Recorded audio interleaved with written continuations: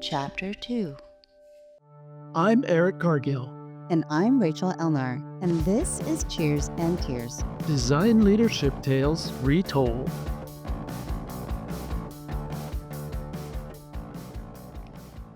This is a casual one. This is casual. I thought we Okay. could talk a little bit about season 1, kind of recap it, and what we learned from season 1.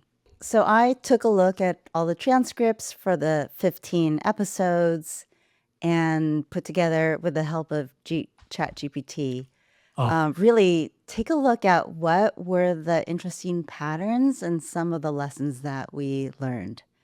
So, we were here, we started this podcast to talk about the good times after the retreat, after the programming, which is basically have a beer at a bar, what it was like to get into a pyramid. But we really learned more about leadership. So I thought we would cover some of the lessons that we learned. Perfect. So lesson 1, leadership starts before you feel ready. Most definitely, we were hearing a lot of quotes from people who just were feeling imposter syndrome. A lot of people talked about imposter syndrome. Yeah. Gage said he didn't know anyone. Amanda said she remembers walking into the room and not knowing if she was ready. And Alicia said that when she first joined, she was terrified of speaking up. It's really kind of the idea of you just get into leadership. You're not ready, but that's sort of the first step. You take that first step and then you really grow into it. And there are, the veteran board members, they're there to help and pass the torch. So it's what feels like a trial by fire is it's how much fire do you want to step into, really, ultimately. When you joined, did you feel that same way? I think like anything else, you just have to kind of practice. You have to get used to it, and you have to feel safe. And what's really nice about AIJ and our friends in leadership is that they made me feel really safe to do whatever I needed to do. So that was super helpful. Yeah. So helpful. Yeah. So one of the things I was thinking of is, many times I've said yes before I wanted to get up on stage, get in front of the event and just say, "Hey, welcome. Glad that you're here." My voice quivering. I'm just embarrassed to be in front of people. Then you just do a couple of events, right? And if the same people show up over and over and over, you feel safe. You feel good. Yeah. Yeah. Yeah. And I think if I might be so bold as, this podcast is kind of like that. It kind of continues that. It's it's putting yourself out there. It's there's there's no guarantee that anybody's going to listen. Right. But you put yourself out there and do the best you can and enjoy what you're doing. And I'm really happy that we have 6 or 12 listeners. So glad that you guys have joined us on our new venture. Yes, thank you. Thank you, listeners. Well, definitely every guest started the same way. Just started before they felt ready. Again, if you're thinking about getting into leadership, know that we all felt this way. It's not necessarily something that goes away either. It's something that you build on. Yeah. And you do build on it, and some muscles you use more than others, and then other situations those muscles will get called on again, and we just all adapt the best we can. All right. So the second lesson that we've learned is that one invitation can change everything. So Eric, you know this well. Most leaders join because someone simply asked them. So Nick Prestaleo was mentioned multiple episodes as being the inviter. So many. Victor said, someone just asked me to come to a meeting and that was it. And Amanda Hovis talked about being pulled in by someone who saw her before she saw herself. So I know, Eric, you've mentioned this multiple times. You want to. I need to revise what I had said before, to a degree, because the way I worded it before, it sounded like I just joined AIGA, I volunteered, and then I was brought into a board position. I was actually, I found my old membership cards. So it says AIGA member since 2009. So I joined in 2009, but I wasn't really going. I was just, it's kind of very much on the periphery, almost like the digital periphery. I think I went to a couple things, and then once I decided to actually get involved, I volunteered at an event, and it was at that event that I was asked to be on the board. So, yes, it did happen quickly. It quicker than I expected it to. Somebody saw something in me that they felt I could fill that role, and it was something that I was scared of doing. I was, like I said, I mentioned it many times. I know nothing about, or I knew nothing about asking strangers for money, or especially businesses for money to give to a nonprofit organization.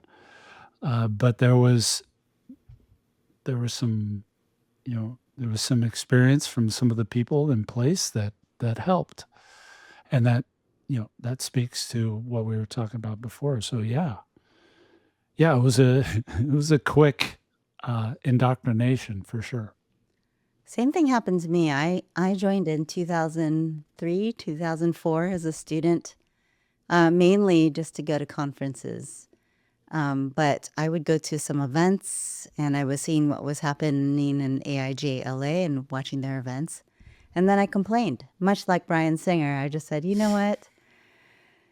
You guys aren't addressing your membership very well. You should do a panel about designers who work in the annual report area because that is huge in LA. And their answer was like, you want to join the board and make that happen? I'm like, all right.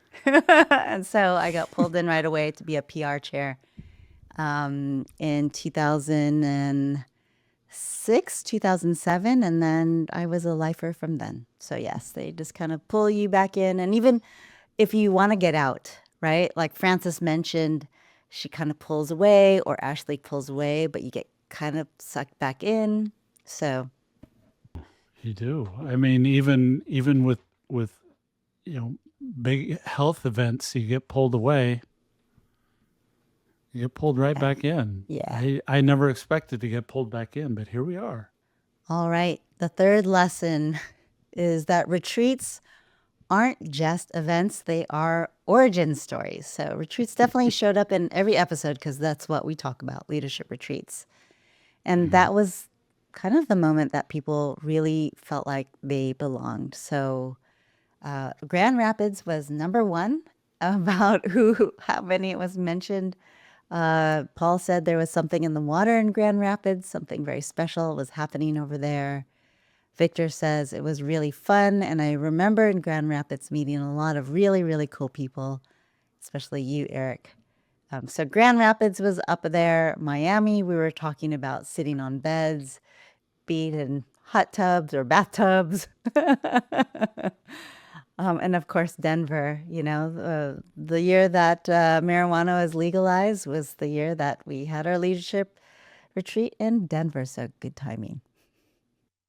We were at those, so it's easy for us to say, and a lot of people that we interviewed were also there. So it we can all relate to that, but even some of the people that were in AIGA before us talk about the same thing, the same sort of energy, and it was nice to know that that energy has been a part of AIGA for, many years. So it was nice to see that everyone had a shared experience, but experienced it differently. And sometimes we all experienced it the same. And this just felt like sort of a treasure hunt or a fact finding mission in terms of trying to find out what was the experiences of everyone from the single event. Well said. Well said. And a lot of people had reported back, a lot of people that we spoke to reported back that they talked about their first retreat. They sort of, you know, kind of hung back. They felt the energy. They kind of hung back and just kind of got the lay of the land. And then the next one, they, you know, they opened up a little more, a little more, a little more.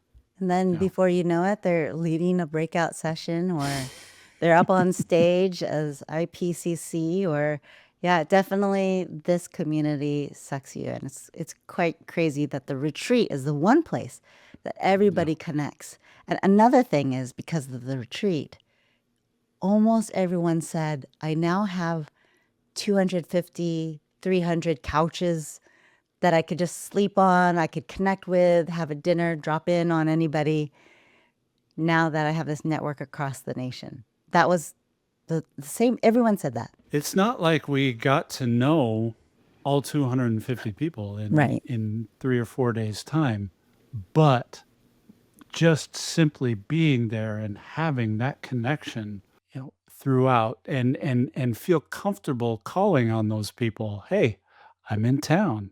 Let's get together. Let's get to know each other more. Yeah, there was that instant connection. Like, you and I are distant cousins. We're in the same family, so we should talk type of thing. It's funny. Yeah. I know we met in Denver. I don't really remember the context. I'm sure we were out. I remember meeting Amanda. I was there. We met at a bar. Yeah, We met at a bar. Yeah. Okay. All right, lesson 4, that real leadership is small, messy, and generous. Most definitely, I've learned that most of the leadership moments were behind the scenes, right? It was after programming, it was after a session, it was not at the podium. And so Christine Johnson said, I just want to spotlight people who do amazing work quietly. Wendy said, and then I moved to Seattle in 1991 and immediately started volunteering. I usually worked the check-in station. I remember her saying that. This way I could learn who everybody was, which is great. Like, be there at the door, check people in. And then Victor also said that he remembers serving on a panel with other people at a DEC talk. And that's when he started realizing how much he really cared about showing up. So David John Walker also said the same. Like, if you're a student, doesn't matter how old you are, just ask for help. That's where leadership starts. So it just starts small, starts messy, starts generous. I love that everyone had a different take on it. There's no rule book. There's no formula. There's no outline.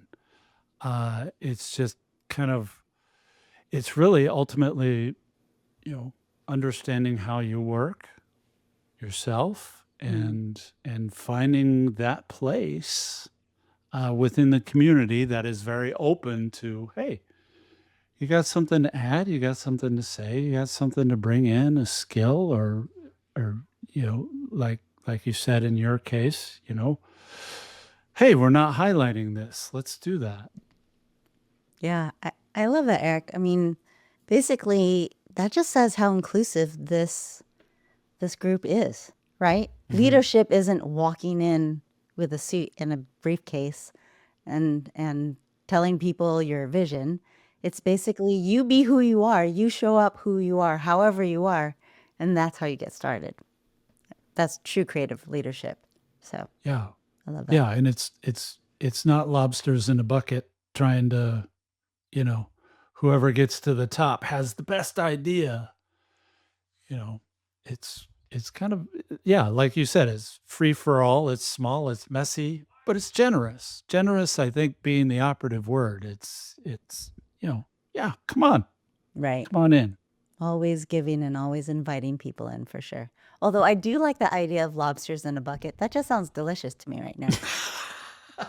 It does, doesn't it? It does, doesn't it? Oh, poor lobsters in a bucket. Oh, maybe, yeah, maybe because you're in Seattle. I think that's a great metaphor, honestly. Yeah, I think lobster is more of an East Coast thing. Maybe the Oh, East Coast okay. people That's will true. will talk more about that. Crabs in a bucket. I've had crabs in a bucket, but it's not that sounds just a lot more painful. Okay. Got it. All right. Well, Yeah. I'm from LA, so I don't know much about that. More like fish tacos. There you go. That's more Oh, LA. fish tacos. Yeah. I'd eat fish tacos out of a bucket, I think. Well, that's good. That would be very messy leadership, by the way. But it would be generous. It would be generous. It would be very generous. All right, lesson number 5. So we found out that this community is the product. So Yeah. we always thought, yeah, we're talking about design, we're designers, we're creative people. But really, what moved people was our friendship. So Amanda said how it's affected my career today is I feel the collaboration from those community moments taught me how to lead better. And Francis had recalled that you had people to compare yourself to others that were your industry, and that felt like your support system. And Josh also said there's no backbone of the design community and culture without the people who built it. So I really love So that true. we talk about people more than design. I mean, of Yeah. course, this is a design podcast. We talk about creativity, sure, but it's really more about leadership and people and how we work together, our relationships, and how we lift each other up. You bring up a good point. Because it is a design organization and it is design led. Uh, I don't ever remember showing anybody my portfolio or what I did for work. I certainly talked about it, but that wasn't what brought people together. It wasn't showing that stuff off per se. I mean, certainly we knew what strengths people had, but what was important was that very personal connection. Yeah, and I was surprised when I first got into AIJ, honestly, Yeah, because up until then I was running my own business with my late husband Michael, yeah, and you would do pitches, right? And you mhm, would make cold calls and you would show your work and you were always trying to win against other design firms. For me, it was like, okay, who has the best work? And the people who were in leadership or who were speaking on the stages at AIGA conferences, they had great work. So I thought you yeah, had to have great work in order to yeah. be a leader. That's not the case. It's funny. I found that out. Like I said, um, I joined in 2009 because that's what I had in my head is, oh, my work isn't as good as what I assume everybody else in AIGA has as good work. But yeah, the community is the product. I like that. Definitely not process, not design. It was definitely about It's the not people. process. It's very much come as you are. Yeah. Uh, sorry to, go full Seattle on you there, but All good. You didn't talk about crabs in a bucket, so we're going well. What are you drinking that you almost spit up, by the way? well so I'm having some Irish whiskey, but I'm also hydrating with Okay, good. Sunshine LaCroix, which Hmm. I'm trying to determine what the flavor is in Sunshine. I suppose if Sunshine had a flavor, it would be very crisp and refreshing. Except for our friends in the Midwest right now who are Oof. in a pretty severe heat wave. Oh yeah, so I heard. Sunshine Yeah, LaCroix, that is a new flavor, is it not? it It's is a new brand new. flavor. Yeah, I think Yeah, there's pictures of sunflowers, so I don't know what's in it. yeah. Uh, Sunshine and happiness. Oh, there you go. Oh, That's what's in it. there you go. It's a good compliment to Irish whiskey, I have to say. Yeah, you have Irish whiskey, you have a little spice It and a brings you little down. sunshine. There you go. Brings you down and Brings you angry. down. Yeah. Just I'm not gonna do an Irish accent. Oh, no, I okay, think I good. would scare all 12 We're of our listening. listeners away, Yeah. especially Christine. There you Christine go. would, All right. So, lesson 6, full Mhm. circle moments make it worth it for sure. So many leaders who were once invited are now doing the inviting. Amanda had mentioned, or I had mentioned earlier that Amanda said that someone brought her in. Well, it's her boss and mentor, Kim Bear from KBDA. She was like, hey, seems like you want to do things. And, she saw something in her and she's like, you should apply to be on the board. And now Amanda is now encouraging people to get involved. And Victor also talks a little bit about mentorship. He said when he first started on the board, he was paired with a mentor. He really believes that mentorship is important. And then finally, Bernardo started as a mentee and now he's a mentor. So it's like giving back, constantly being brought in and then giving back. Another mentor, another person that we spoke to, Josh Silverman. In just talking with him on the podcast, I had mentioned I was, you know, uh, looking for a position, and he was the first to offer, "Hey, I can help you. Get a hold of me." And yeah, he was just so welcoming. It was, and again, very much like that community is the product. It was,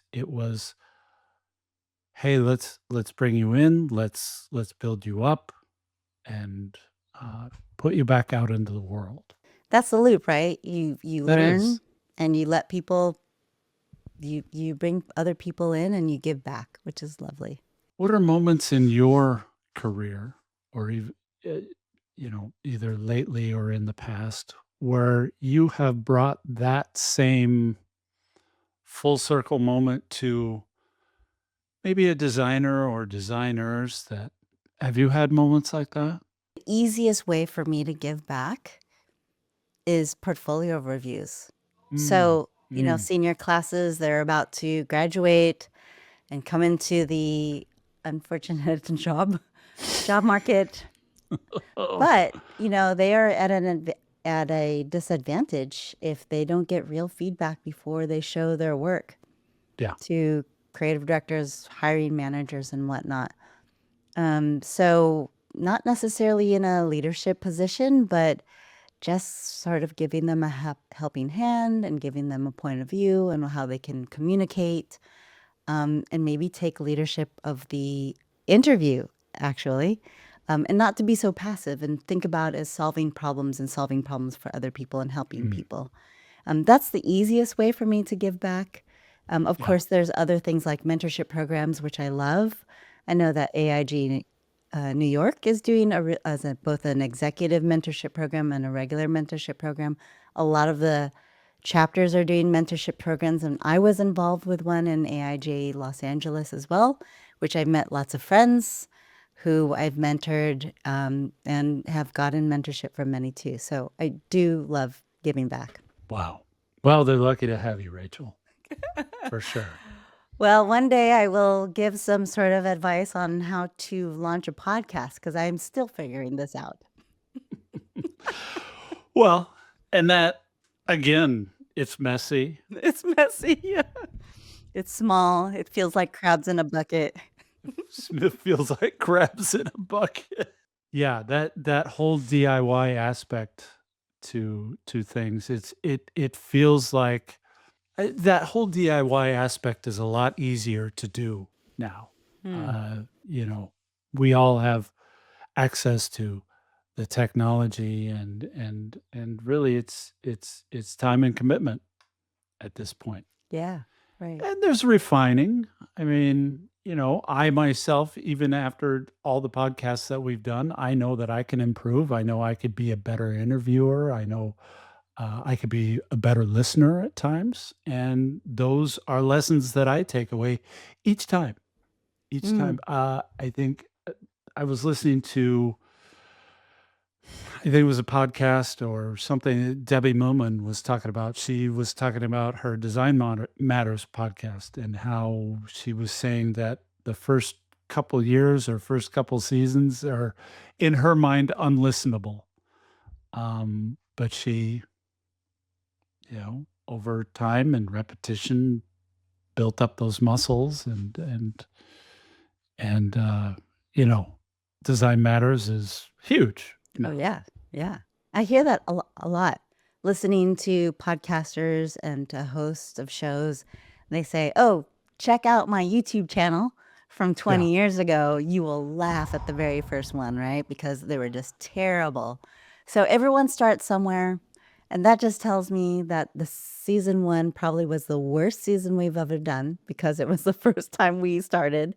And each season will get better after that. Yeah.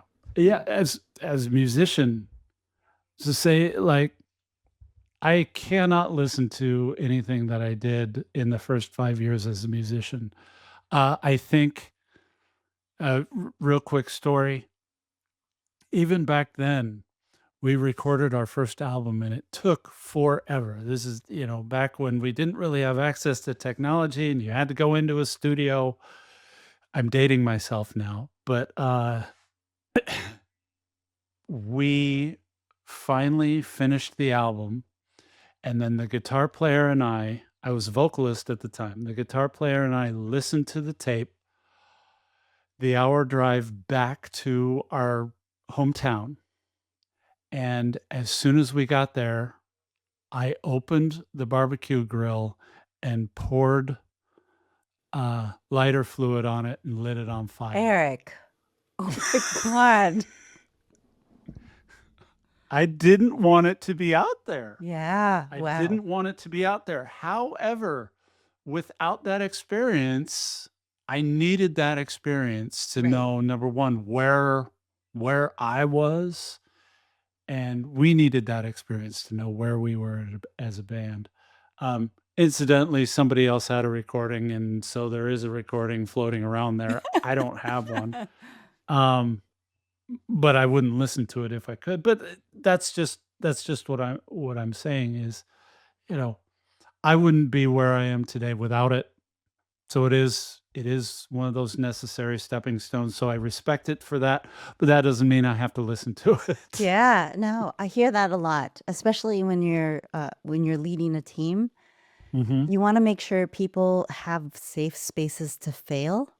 Yeah. So they are learning, right? Because if they just go out of the gate and everything's perfect, you're just not learning. So that makes sense. You Oh, need yeah. all those steps for sure. Yeah. Oh, yeah, and I love talking to young designers when they're just, they're in those moments that I recognize. It's like, "Oh, yeah." Yeah.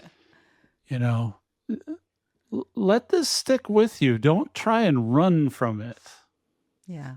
Yeah. You know, there is a Yeah. lesson here.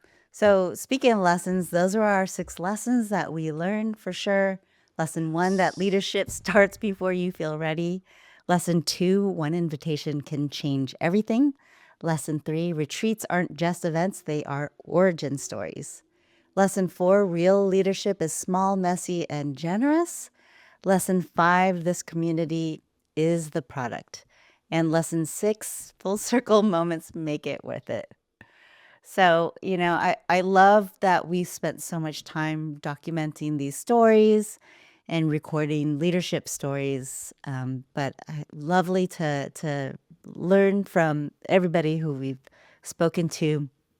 And that includes Amanda Hovest, Josh Silverman, Christine Scheller, Paul Mendoza, David John Walker, Mike Josie, Alicia Syriac, Ashley Axios, Brian Singer, Francis Iliana, Wendy Quisenberry, Victor Davila, Gage Mitchell, Bernardo Margulies, and Christine Johnson.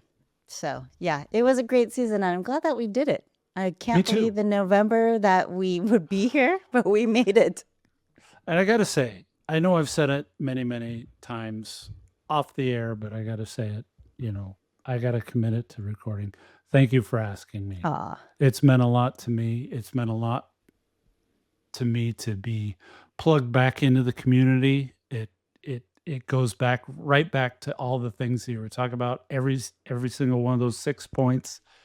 And yeah, it means a lot to me to be a part of this Aw. and Yeah. watch this grow. Those of you out there listening who have maybe stumbled onto this, for the first time, or if you're a veteran, reach out to your local AIGA, or any other creative organization and see what's going on. Get involved. Yeah. And if Eric invites you to be on the board for AIGA Seattle, say yes. Say yes. You need to ask for money from big corporations. AIGA Seattle, resurrecting this Tuesday, as a matter of fact. So if you're listening to this, it's well past Yes. June 24th on Tuesday. So if I saw you there, I'm glad. But there's a lot of people who are going to be attending, right? We had 150 slots on Eventbrite, and those are gone. There is a wait list, but we've just been telling people that just come. Please just come. Yeah. Please just show up. And I've been asking a lot of people that haven't been involved in design organizations. Come check it out, please. Yeah. Please come check it out. Well, I hope it goes well. And I'm excited to hear about you guys breaking the fire code, because there'll be 300 people in there. Yeah. Yeah. I wish you could be here. I wish you could be here for it and see it. Yeah. Well, next up is season 2, probably switching to every other week, so Rachel can get a little bit of work done. Yes. And then starting up again early August. That's what we're thinking. So we're going to take the month of July off. And by the way, let's just put this out there, Rachel. Everybody, Rachel is the one doing the heavy lifting, doing the editing, writing blog posts, putting this out there, putting it online so you all can hear it and listen to it. Thank you. Oh, thank you. I appreciate that. Thank you. And yes, let's give you a break. And just so you know, season 2, we are interviewing 2 people at a time, duos, for season 2. So tune in to the email list. Definitely go to cheersandtears.com. Sign up for the email list. What I'd love to do is, if you guys will write us a review. Doesn't have to be positive, but it has to be funny. It has to be hilarious, right? What we'll do is we will do a sweepstakes drawing for anyone who submitted their review by the end of August. We'll announce it on the email list. We'll announce it on the first podcast for season 2, and you will win a $25 Starbucks gift card. So go ahead, definitely get it in there. Cheers to you. Yeah, cheers on that. Cheers. They don't have Irish whiskey there, though. So guys, get your reviews in. We will pick one out of the hat and make it creative. You guys can do it. Be creative, folks. This is what you do. Yes, exactly what you do best. Well, thank you, Eric. I appreciate, again, having a great season with you, and looking forward to season 2. Me too. We'll see you guys soon. All right. Bye, guys. All right. Bye. Cheers and Tears will be back next time with more design leadership tales retold. Please subscribe, rate, review, and share this podcast with your creative community, design leaders, and friends. Cheers and Tears Design Leadership Tales Retold is a production of Chapter 2 and hosted by us, Rachel Elnar and Eric Cargill.